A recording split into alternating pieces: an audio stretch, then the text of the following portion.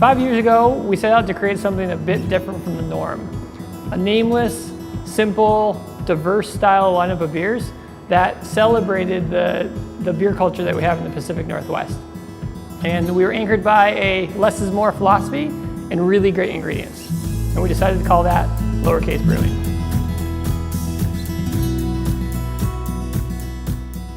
We started impressively small. We borrowed money from families and friends and tested recipes in my rented house in Georgetown, all with the intention of showing this IPA-loving land that there's so much more to beer. What I love about our beers is that they're unique and challenging, and they really allow the individual ingredients to shine through in that simple less is more philosophy.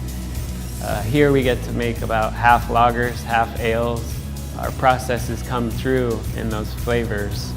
We've been pushing ESB on Seattle since we started because we think it's a great beer that really drives down the line between malt and hops.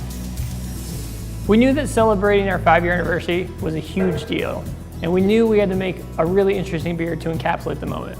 So not only did we dream of something that was super challenging, it was also pretty rad. So we created a Steinbier, or stone beer in German. We took superheated rocks, added them into the beer, creates evaporation, caramelization. So first we had to find suitable rocks. Who else would have the answer than our rock carving landlord, John Hoagie? So we took a trip to Teanaway Ridge near Cleellum to find pillow basalt. Then we had to find some old kegs and prepare them to hold the stones. Next came fire, 2 hours over the open flame.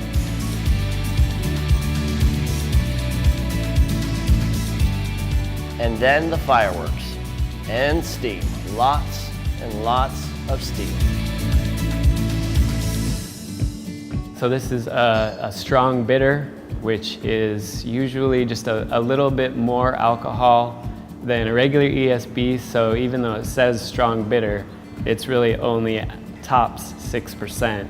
We were expecting a little bit of caramelization, but I think what we got was something unique and wholly different yet beautiful in its own right. We came across some sort of minerality, some actual earthy flavors that the rocks themselves imparted on the flavor, which is really cool and something that we weren't expecting but really enjoy. So as we think about the next 5 years, we hope to be able to bring the same level of innovation to the beer scene of Seattle. From bringing Washington its first ever crowler to being the rare 2 IPA brewery, we will continue thinking differently, continue taking the long way around, and continue making the best beer we know how.